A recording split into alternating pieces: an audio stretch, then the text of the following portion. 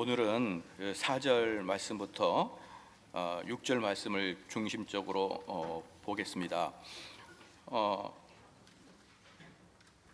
이 5절에 특별히 5절, 6절하고 그 다음에 4절을 제가 해석을 해야 되겠는데요. 우리가 육신에 있을 때는 에서 우리가 육신이라 말하는 것이 무엇인지 아는 게 참 중요합니다. 그래서 이 교회에서 말하는 복음은 세상에서 말하는 그 가치하고는 항상 달라요. 다르고 정반대로 가고 있기 때문에 우리 성도들이 설교를 들을 때 저건 뭐 어디서 많이 들어본 소리다, 어디서 많이 들어보는 소리다라는 정도의 설교를 하게 되면 그건 설교를 잘못하고 있는 거예요. 그건 분명히 설교를 잘못하고 있습니다. 내가 뭐 학교를 가나 방송을 들으거나 어떤 유명 인사의 강의를 듣는 거하고 목사의 설교를 듣는 것이 일견 비슷하다라고 하는 것은 목사가 설교를 잘못하고 있는 거예요. 그건 세상 사람들이 잘못한 게 아닙니다. 세상 사람들은 그렇게 이야기를 하게 돼 있고, 목사의 설교는 그 세상 사람들이 말하는 것과 정반대로 꽝 부딪혀야만 목사가 제대로 설교를 하고 있는 것입니다. 그렇기 때문에 교회에서 설교를 듣지 아니하면 어떠한 곳에서 들을 수 없는 이야기들만 교회에서 가르쳐져야 되는 것이죠. 그러니까 내가 TV 명사 초청의 내용과 목회자의 설교 내용이 그 헛비슷하다 그러면 우리가 교회를 나와야 될 이유가 하나도 없는 것입니다. 그리고 오늘 왜 제가 이렇게 말씀을 드리냐 그러면요, 우리가 평상시 생각하는 그런 삶의 그 가치와 기독교가 말하는 복음이라는 것이 얼마나 차이가 있는지를 제가 여러분에게 좀 보여드리려고 그러는 것이고, 그리고 복음은 항상 우리들의 마음속에서 싹 트는 게 아니고 외부에서 들어오는 거예요. 우리 몸에서 싹 트는 것은 항상 죄악된 것이기 때문에 좋은 것이 하나도 없습니다. 그렇기 때문에 복음은 우리 몸에서 자연적으로 싹 트는 게 아니에요. 그러니까 내가 열심히 공부하거나 아니면 내가 인생을 많이 살아보니까 인생의 가치관은 이런 것은 복음이 될 리가 없는 것이죠. 그렇기 때문에 복음은 항상 들릴 때마다 충격적이고, 들릴 때마다 어색하고, 들릴 때마다 나를 옴짝달싹 못하게 하고, 들릴 때마다 나를 어떻게 해야 될 것인가에 대한 고민에 빠지게 하는 게 복음입니다. 그래서 설교는 물 흐르듯이 그렇구나 참 좋고 이렇게 되는 게 아니에요. 설교는 매번마다 쿵쿵쿵쿵 내 가슴을 때리면서 내 잘못된 것을 복음에 비춰보는 것이 바로 설교인 것입니다. 오늘 왜 제가 이렇게 말씀드리냐면, 아마 여러분들이 또 충격을 받을 것인가 그러는 것이고, 또 충격을 받는 것인데 이게 복음의 본질이에요. 요 복음의 본질을 우리 성도들이 잘 모른다 그러게 되면은 또다시 여전히 세상 사람들의 가치관과 똑같이 살아가면서 교회만 그냥 다니는 것이죠. 5절에 보니까 우리가 육신에 있을 때에서 이 육신이라는 것은 뭐냐 그러면 사르크스라는 헬라어입니다. 사르크스. 이 사르크스는 성경에 세 가지로 나오는데, 첫 번째 그냥 몸, 살, 보들보들한 살, 이걸 말하는 것이고, 두 번째는 뭐냐 그러면 그냥 인류 전체를 사르크스라 그러고, 세 번째가 뭐냐 그러면 정욕, 이걸 말하는 것이죠. 정욕. 그런데 몸의 살이나 그다음 인류 전체 이런 것들은 별로 의미가 없어요. 사르크스라는 말에서는 진짜 의미가 있는 게 뭐냐 그러면은 욕정이라는 거, 욕망이다라고 표현할 때 사르크스가 가장 우리가 봐야 될 내용인 것입니다. 그리고 사르크스라는 이 단어가 지금까지 7장 5절까지 5번에 나옵니다. 7장 5절까지 5번에 나오고, 7장 5절 이후부터 8장 13절까지 11차례나 이 사르크스라는 단어가 나와요. 11차례나. 그러니까 이 바울 서신 중에 로마서 7장 8장을 이해하기 위해서는요, 이 사르크스, 즉 정욕이 무엇인지를 알아가는 것이 바로 키워드인 것입니다. 그 8장 13절까지 11차례나 사르크스라는 말이 나오거든요. 인간의 정욕이 무엇인지를 나오고 있습니다. 그래서 8장 보면요, 8장 5절 말씀에 육신을 좇는 자는 육신의 일을, 영을 좇는 자는 영의 일을 생각하나니, 여기서 육신도 사르크스, 그렇죠? 그 다음에 6절에 육신의 생각은 사망이요 영의 생각은 생명과 평안이라, 이렇게 해서 영과 육신을 계속 구별해 주면서 이렇게 보여주고 있는 것입니다. 그래서 오늘 이제 여러분들이 두 가지를 알 건데, 인간의 그 사르크스 상태, 그 다음에 율법과 복음의 상태, 이 두 개를 여러분이 좀 오늘 배울 거예요. 자, 요 부분에서 이제 나오기 뭐냐면, 이 7장 8장을 통해서 어떤 이론이 나오냐 그러면 육적 그리스도인이란 이론이 나와요. 육적 그리스도인. 육적 그리스도인 이론이 나오는데, 이 육적 그리스도인 이론은 인류를 세 가지로 나눕니다. 첫 번째는 뭐냐면 불신자, 두 번째는 육적 그리스도인, 세 번째는 경건한 그리스도인. 이렇게 세 부류로 나눠요. 그런데 방금도 제가 사르크스라는 것을 뭐라고 이야기를 해드렸냐면, 거듭나지 않는 사람으로 이야기를 했어요. 5절에 보면, 다시 8장 5절 보면요, 육신을 좇는 자는 육신의 일을, 영을 좇는 자는 영의 일을. 그러니까 육신과 영을 나눴죠. 그래서 바울의 독특한 그 어법은 뭐냐 그러면 항상 이렇게 선명하게 대비를 해줘요. 불신자와 신자, 옛사람과 새사람, 그렇죠? 옛 율법과 복음, 이렇게 분명하게 이게 비교를 해주는데, 영의 사람의 반대말을 사르크스한 인간이라고 그렇게 말하고 있죠. 6절에 육신의 생각은 사망이요. 그럼 뭐 여기 육신이 뭡니까 그러면? 불신자를 말하는 거예요. 불신자의 생각은 사망이요, 영의 생각, 즉 거듭난 자의 생각은 생명과 평안이라. 7절에 육신의 생각은 하나님과 원수됐단 말이죠. 그러니까 지금 여기서 말하는 육신, 사르크스는 뭡니까? 전체적으로 뭐가 되는 거예요? 불신자를 말하고 있는 겁니다. 거듭나지 않는 하나님과의 원수된 상태를 이야기하는 게 사르크스예요. 그럼 여러분, 사르크스, 크리스토스, 이게 말이 됩니까? 불신자 예수님 제자, 하나님과 원수된 그리스도인, 이게 말이 됩니까? 단어 자체가 안 되는 거예요. 육적 그리스도인은 단어 자체가 안 되는 것입니다. 그런데 사람들이 왜 육적 그리스도인 단어를 쓰고 싶어 하느냐? 바로 육적 그리스도인 이걸 원하고 있거든요. 뭘 원하냐면, 아마 제가 지금 10년 전에 한참 한국 교회에서 유행했던 그 설교 중에 하나가 뭐였냐면은 아직 공사 중 인생. 아마 10년 전에 교회 다닌 사람들은 잘 알 거예요. 많은 교회에서 불렀던 게 뭐냐면 공사 중 인생입니다. 뭐냐? 지금은 공사할 때 전문 용어로 아시바를 친다 이렇게 얘기하거든요. 아시바를 치고 너무 이렇게 보기 민망하고 깡마르고 회색빛이고 그래요. 그러나 그 공사 중 그 건물은 시간이 지나면 아주 번듯한 건물로 태어날 것인데, 지금 아직도 공사 중 건물을 가지고 흠집이 있니 뭐가 나쁘니 점점점 좋아질 것인데 아직도 기다리지 못하고 저렇게 손가락질 하는 너희가 참으로 옳으냐 이 말이에요. 공사 중 인생 아니냐 이 말이죠. 아직 이 사람은 공사 중 인생 아니냐 이 말이에요. 그러니까 이 사람이 좀 더 성장하고 좀 더 영적으로 발전하고 좀 더 거룩한 상태로 들어갈 것을 왜 기다려주지 못하느냐는 거예요. 그게 바로 육적 그리스도인이 생각하는 철학입니다. 육적 그리스도인이 뭐냐면, 지금 나는 좀 별 볼 일 없어요.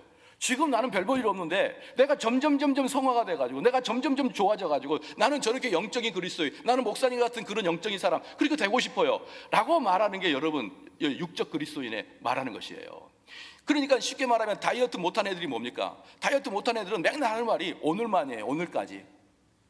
내가 오늘까지만 먹겠습니다는 거예요. 오늘까지만 먹고 내일부터는 다이어트예요. 그러니까 주일날 맨날 예배 끝나고 회식하면 뭡니까? 너 순이야, 너 다이어트 안 달래. 목사님 오늘까지만요. 오늘까지만을 20년 내내 오늘까지만이에요. 그러니까 이 오늘 다이어트 하는 사람이 오늘까지만 하는 것은 뭐냐면, 내가 먹는데 참견하지 말라는 거거든요. 오늘은 먹고 내가 좀 풍족하게 마음의 기쁨을 얻겠다 이 뜻이거든요. 마찬가지로 내가 점점 좋아질 것이라고 말하는 사람은 오늘은 죄 짓겠다는 거예요. 오늘은 죄를 짓거니까 나비둬라. 내일은 내가 선하게 살 것이니까 오늘은 죄를 짓도 내비둬라. 이게 바로 공사 중인 것이에요. 거의 대부분의 많은 교회에서 그 설교가 한 10년 전에 쫙 퍼져가지고, 특별히 청소년들, 여러분 청소년들이 왜 죄 짓고, 왜 청소년들이 예배 시간에 흐리멍텅하고, 왜 청소년들이 빠졌는 줄 아십니까? 거듭나지 못해서 그러는 거예요. 사춘기라서 그러는 게 아니라, 중2병이 그러는 게 아니라 죄인이기 때문에, 거듭나지 못했기 때문에 그렇게 정신없이 예배를 드리는 것이지, 어떻게 그가 중2병이고 사춘기 때문에 그렇습니까? 죄송합니다.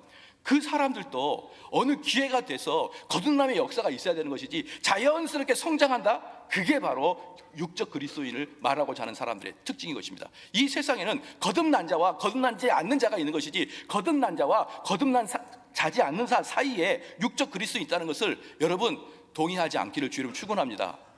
육적 그리스도인은 이렇게 말하고 싶은 거예요. 내가 교회 다니고 구원 받았는데 내 삶은 지금 별 볼 일 없다, 이렇게 말하고자 하는 거 아니겠습니까?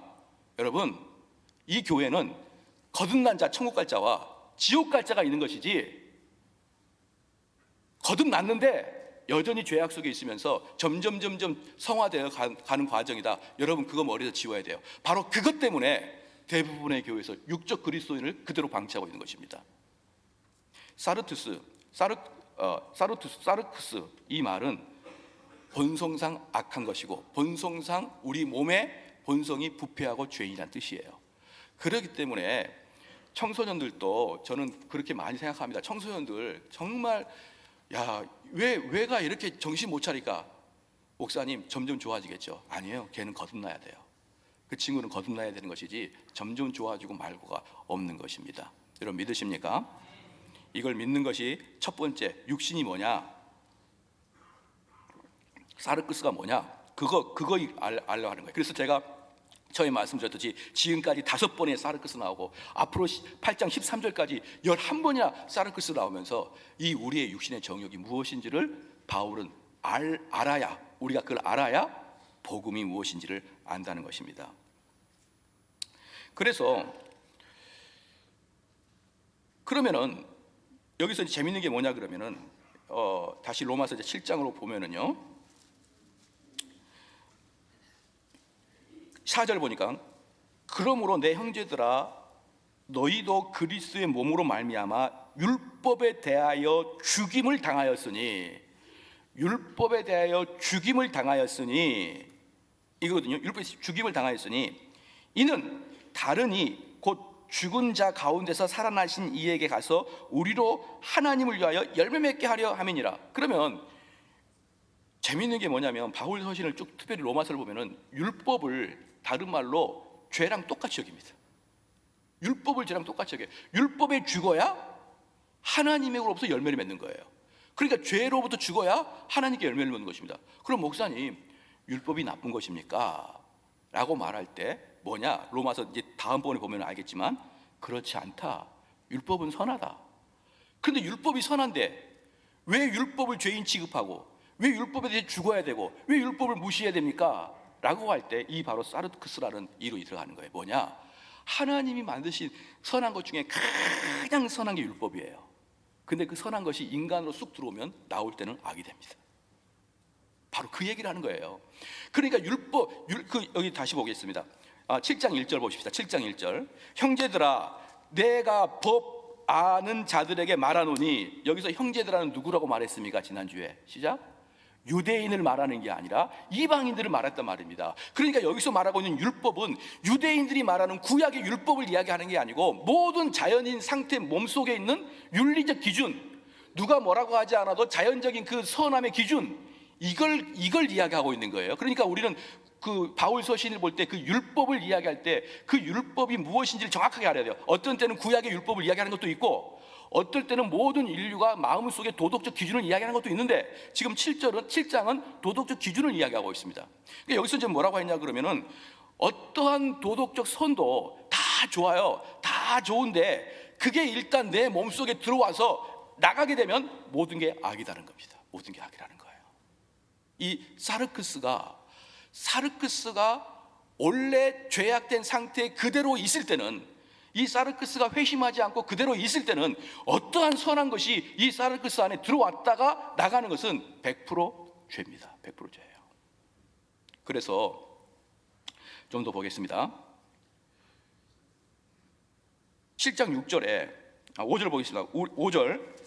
우리가 육신이 있을 때에는 율법으로 말미암는 죄의 정욕이 우리 지체 중에 역사하여 우리로 사망을 위하여 열매를 맺게 하였느니, 그러면 우리가 육신에 있을 때는 사망의 열매밖에 맺지 못합니다. 육신에 있을 때는 사망의 열매밖에 못해요. 사르크스에 있을 때는 사망의 열매밖에 못 얻습니다. 6절에 원래 원문에는 그러나 이제는 있습니다. 그러나 이제는, 근데 그러나가 빠졌어요. 그러나 이제는, 이게 바로 6절이 복음이라는 거예요. 우리가 육신의 몸 안에 있을 때는, 사르크스 몸 안에 있을 때는 아무리 노력을 해도 악밖에 나오지 않습니다. 그러면은 제가 조금 전에 7장 1절을 말씀드리면서 그 1절에서 말하는 법이 자연적 기준법이라고 했죠. 그 구약의 율법을 말하는 게 아니라 구약의 율법이 포함됩니다. 자연적인 이 세상에서 도덕적 기준, 자연적인 이 세상의 선, 이걸 말한다고 제가 처음에 말씀드렸죠. 그럼 이거예요.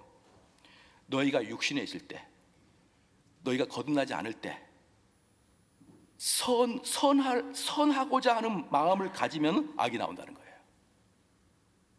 내가 참 잘 살아봐야겠다 마음을 먹으면 나오는 것은 악이라는 거예요. 제가 이 말씀을 드리려고 처음에 서두 얘기한 겁니다.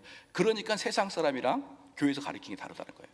세상 사람은 야, 너 좀 착하게 살아라, 너 선을 행하라, 이렇게 말하잖아요. 그런데 바울은 뭐냐면, 너가 거듭나기 전에는 선이라는 것을 네 마음속에 가다듬으면 나올 때는 그게 악으로 나온다는 것입니다. 여러분 믿으십니까? 이게 사르크스를 이해해야만 되는 내용이라고 제가 말씀을 드린 거예요. 그러면 사람들이 이제 바울이 5절에 이렇게 얘기한 거예요.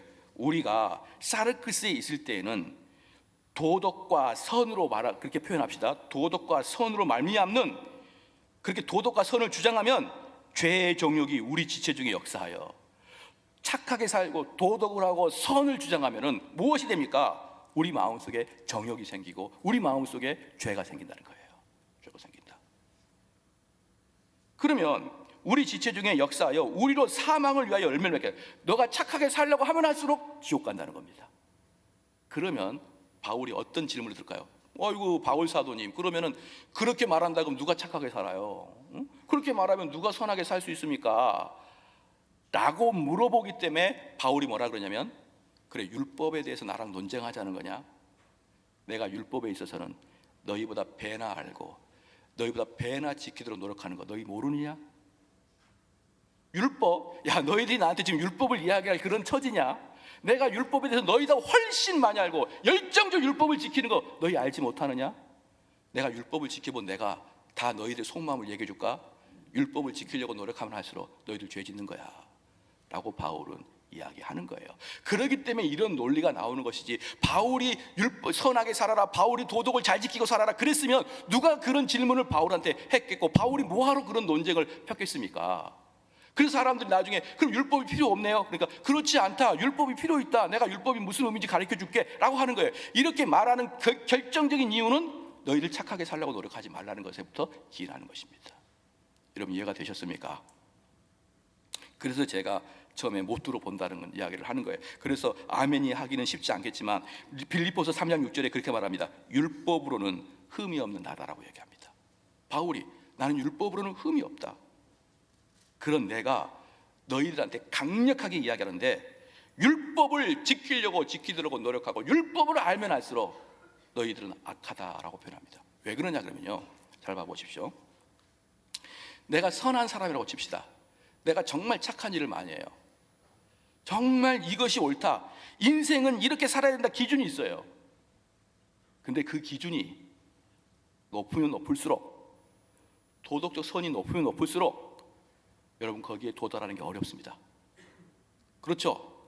도덕적 기준이 높으면 높을수록 도달하기 어려워요. 그러면 높을수록 도달하면 자기의가 생깁니다. 자기가, 야 나는 이렇게까지 했어. 그래서 옛날에 보면은 뭡니까, 새벽기도 나오는 권사님들이 어때요? 사실은 권사님들이 새벽기도 나오는 것이 젊은 사람이 새벽기도 나오는 것보다 훨씬 쉽습니다. 왜? 그분 눈이 떠져 버리니까.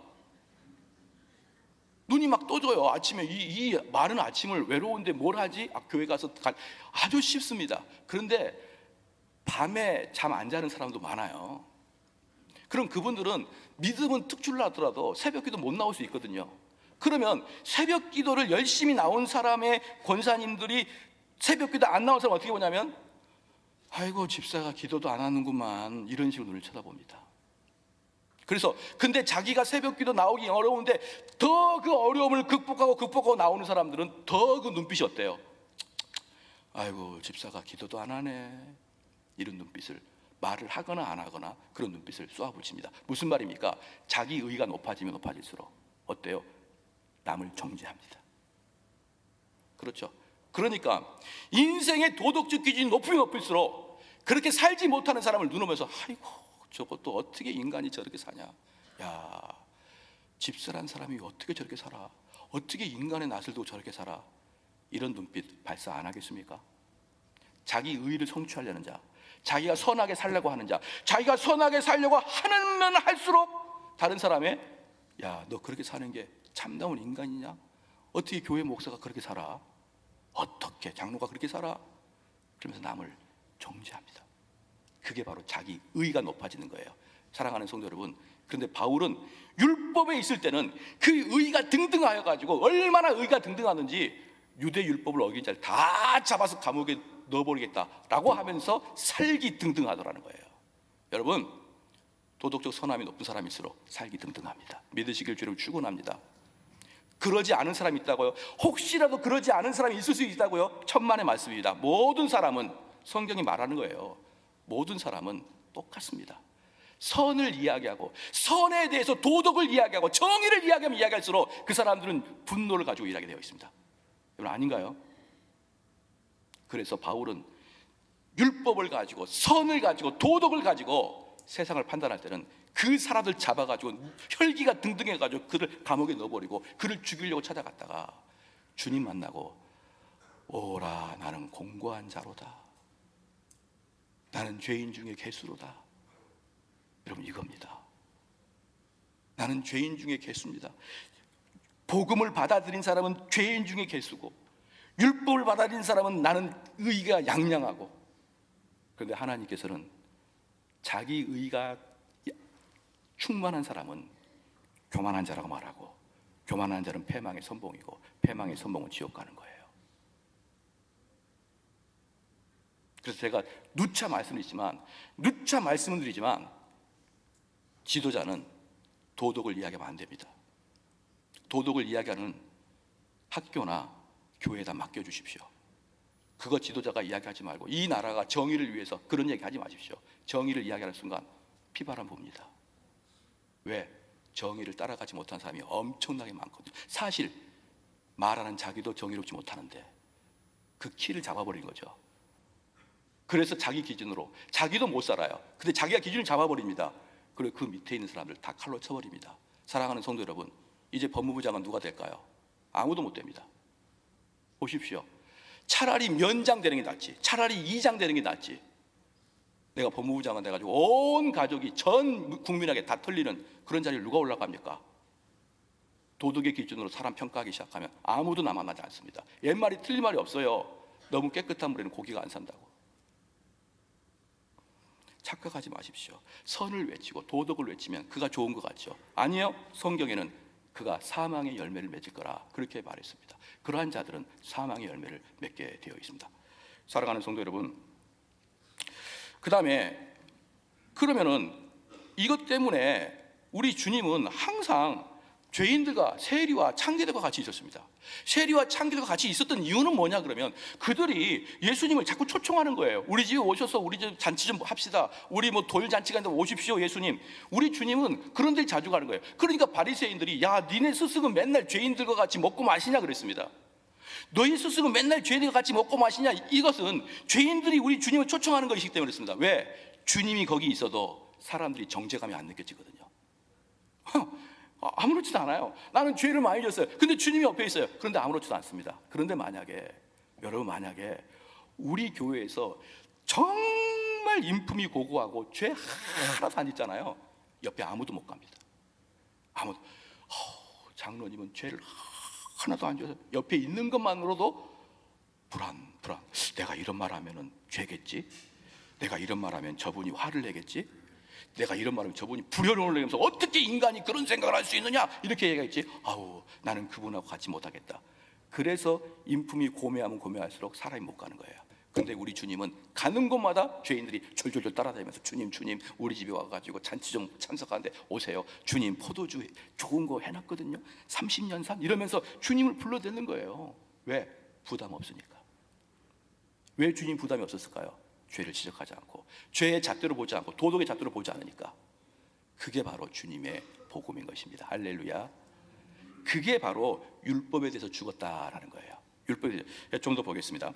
그러면 이제 5절에 우리가 육신에 있을 때는 율법으로 말미암아 죄의 정욕이 우리 지체 중에 역사하여 우리로 사망을 위하여 열매를 맺게 하였더니 6절에 그러나 이제는 우리가 얽매였던 것에 대하여 죽었으므로. 무엇에 얽매였습니까?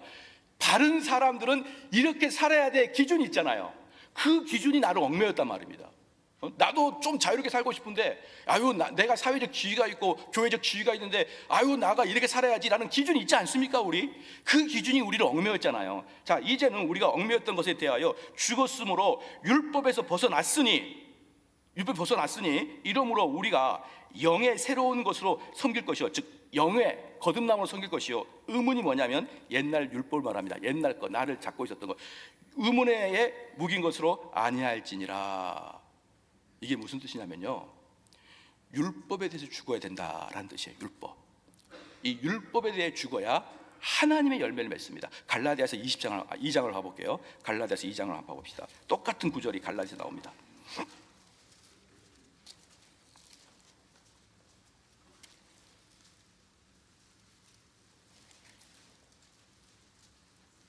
근데 막 이제 우리 여러분들이, 아니 목사님은 정의나 선에 대해서 그렇게 그렇게 말하면 사람들이 화를 내고 분노하고 흥분하고 그런다는데, 목사님이 흥분한 것 같은데요, 이제 그렇게 생각하는 분들에게 말씀드리는데, 바울은 이 부분에서 흥분을 해요. 율법으로 말미암아 의로워지려고 하는 자들, 즉 선을 행함으로 말미암아 의롭게 되려고 하는 사람들에게 바울은 엄청나게 흥분합니다. 그걸로는 안 된다. 그걸로는 안 된다. 봐보세요. 19절 보겠습니다. 2장 19절. 내가 율법으로 말미암아 율법을 향하여 죽었나니 이는 하나님을 향하여 살려 함이니라. 내가 율법에 대해서 죽어야, 내가 율법에 대해서 죽어야 하나님의 열매를 맺는다는 것을 믿으시길 주님은 축원합니다. 그럼 율법이 죽은 게 뭐냐 이 말이에요. 그러면 그것을 말씀드리겠습니다. 율법이 죽은 것이 뭐냐면 이겁니다.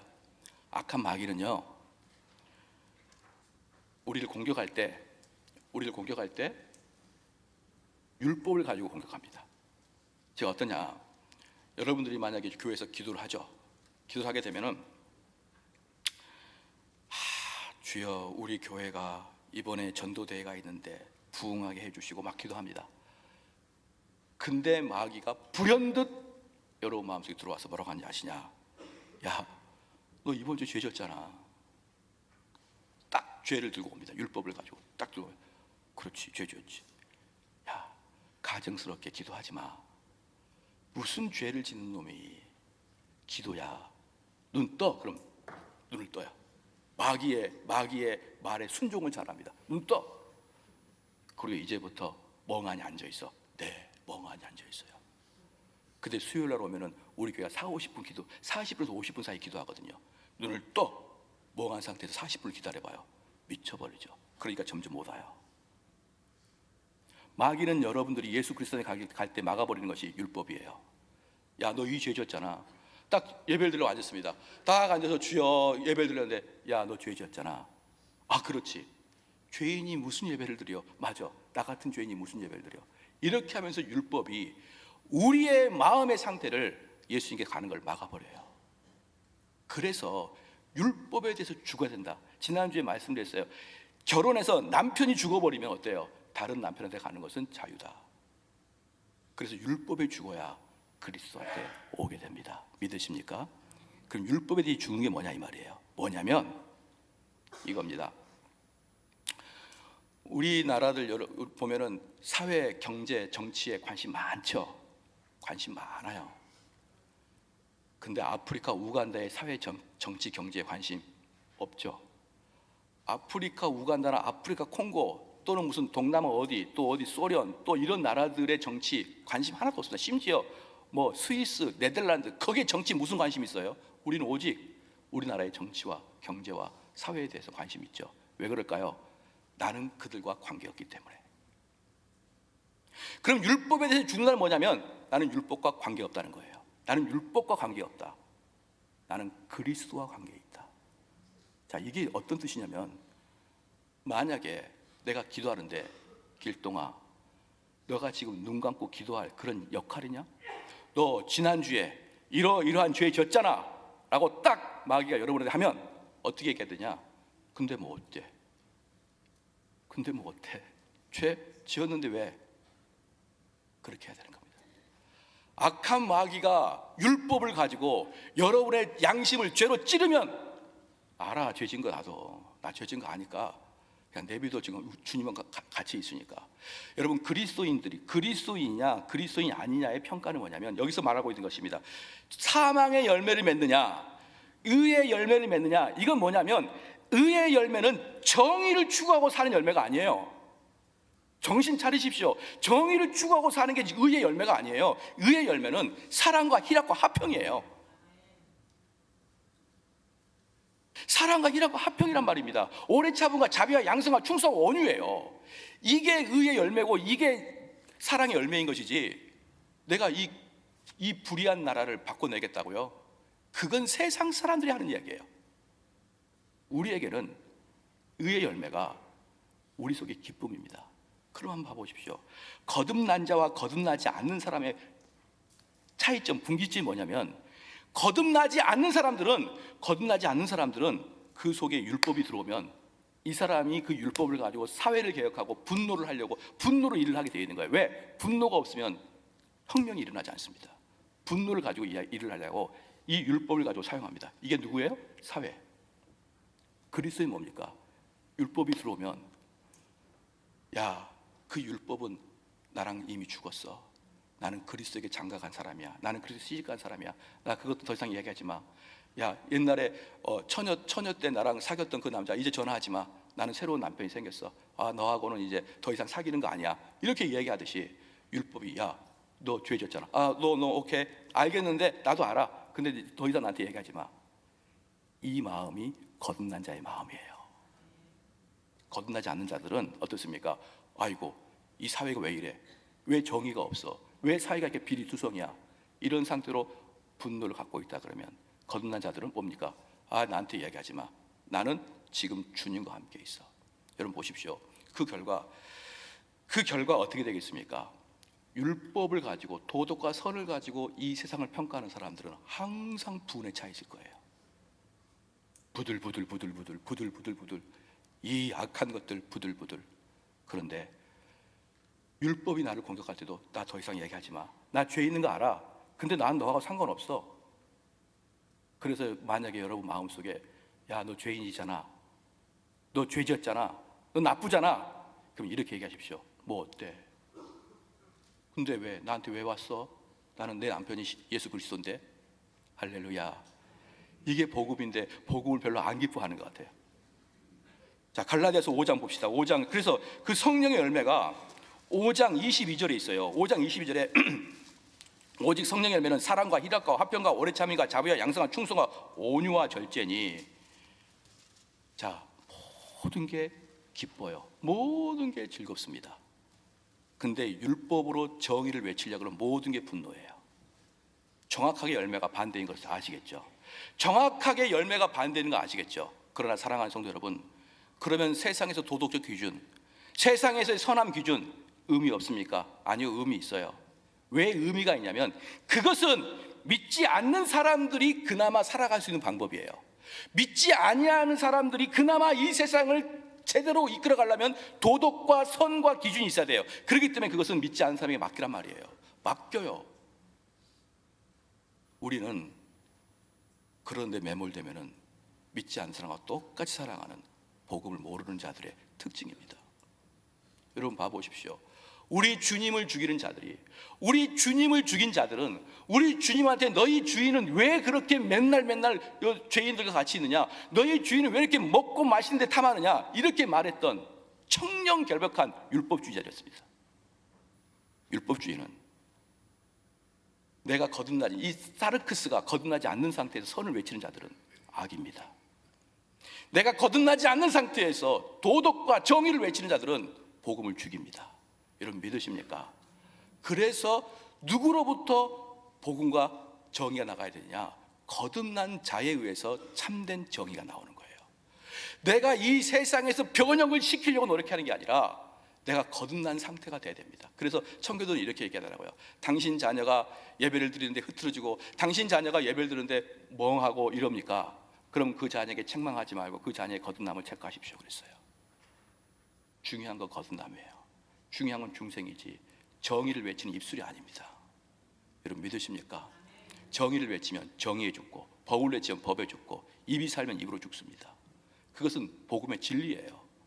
그래서 우리는 은혜를 이해하게 되고, 우리는 믿음을 이해하게 되고, 은혜를 이해하면 이해할수록 죽을 게 없습니다. 그러면 제가 마지막으로 우리는 그런 죄를 져도 괜찮습니까? 라고 할 때 어떻게, 그럼 우리는 어떻게 살아야 됩니까? 라고 할 때 죄를 짓지 않아야 될 이유가 두 가지가 있습니다. 첫 번째는 뭐냐면 우리의 복음에 방해가 되지 않기 위해서 죄를 짓지 말아야 돼요. 우리의 복음에 방해가 되지 않도록, 우리가 복음을 전하는데 너같이 예배드리려면 나는 교회 안 나간다, 그런 말 안 듣도록 우린 선을 행해야 됩니다. 다른 말로 선을 행하여서 너 참 좋은 사람이다 라고 들으려고 선을 행하지 말고, 선을 행하려므로 너가 참 의로운 자다라는 이야기를 듣는 게 선으로 말미암아 의로움이 되고자 하는 바리새인의 이야기예요. 내가 참 선을 행하니까 정말 정대호 목사는 참된 목사구나, 이런 소리를 듣지 않기 위해서 어느 날 보니까 내가 정대호 목사님이 저렇게 사나운 줄 알았더니 나중에 알고 보니까 뒤에서 몰래 가난한 사람들을 10년 동안 말없이 도왔더라. 야, 그분은 대단한 분이구나. 그게 바로 악이란 말입니다. 그게 그런 식으로 말하면 안 되는 거예요. 만약에 제가 다른 사람을 위해서 10년 동안 몰래 다른 사람을 도왔어요. 근데 나중에 그게 사람들한테 알려졌습니다. 그래서 사람들이 막 정대호 목사를 이렇게 높이 추앙합니다. 추앙해요. 이건 뭐랑 똑같냐면 우리 정대호 목사님이 다른 사람 막 도와준 줄 알았더니 하나도 안 도와주면 나중에 어땠어요? 너를 죽여요. 추앙은 그걸 하지 않았을 땐 죽입니다. 그래서 이것이 피를 흘리게 되어 있는 거예요, 여러분. 그래서 우리는 사람을 평가할 때 저 사람은 참 선하구나, 저 사람은 참 정의롭구나 평가하지 마십시오. 그럴수록 그렇게 도달하지 못한 사람을 미워하고 죽이려고 그러는 거예요. 첫 번째는 뭡니까? 내가 선을 행해서 좋은 사람이라고 평가받으려고 하지 마시고 내가 복음을 전파하는데 방해되지 않게 하기 위해서 선을 행해야 되는 것이에요. 두 번째는 뭐냐면 전도서 한번 봐볼게요. 전도서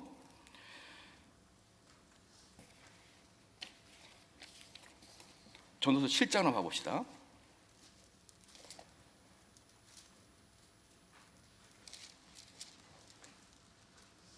전도서 7장입니다. 7장 15절 말씀에 내가, 전도서 7장 15절입니다. 내가 내 헛된 날에 이 모든 일을 본즉 자기의 의로운 중에 멸망하는 의인이 있고, 의로움을 추구하다가 멸망하는 의인도 얼마든지 많아요. 두 번째, 자기의 악행 중에서 장수하는 악인도 있으니, 악을 행하는데도 장수하는 사람이 있습니다. 그러니까 목사님 어떻게 저렇게 정의로운 자들이 이 세상의 권력과 기득권에 이렇게 잡혀가지고 감옥에 갈 수 있습니까? 성경이 그렇게 한다고 말하잖아요. 의인도 의인 중에 감옥 간다고요. 의인도 의인 중에 죽는단 말입니다. 그렇게 있는 것을 이상하게 여기지 말고 자연스럽게 받아들이란 말입니다. 어차피 이 세상에는 소망이 없는 거예요. 자, 봅시다.